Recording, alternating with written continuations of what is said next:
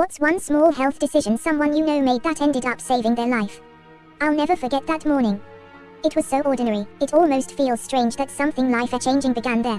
My dad had just returned from his morning walk, his usual 30 minutes, arms swinging like he was in a race, even though no one else was competing. He sat down at the table, took a sip of water, and casually said, "I stopped by the hospital this morning. I saw the cancer awareness poster outside, so I went in and asked for that prostate test." I paused. "Wait, you did what?" I asked, half laughing. "I just wanted to be sure," he replied, as if he had simply gone to refill a prescription or say hello to a friend.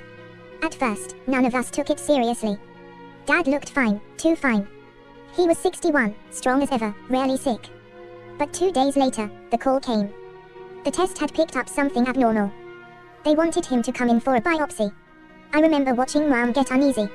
My younger brother, who's usually calm, stood up and started pacing the living room like he was looking for a lost item. "It's probably nothing," Dad said again. "Let's just do what the doctors say." At the hospital, the doctor sat us down, not just Dad, but all of us. I appreciated that. He didn't talk to my father like he was the only one affected. He spoke to our family. "Prostate cancer can be silent for years," he explained. "But your decision to come in early, it may have saved your life."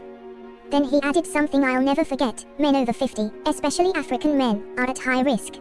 And if there's a family history, the chances increase. But the real enemy isn't the cancer, it's delay. Most men don't come in until it's already spread. I looked at Dad. I had never thought of him as someone at risk.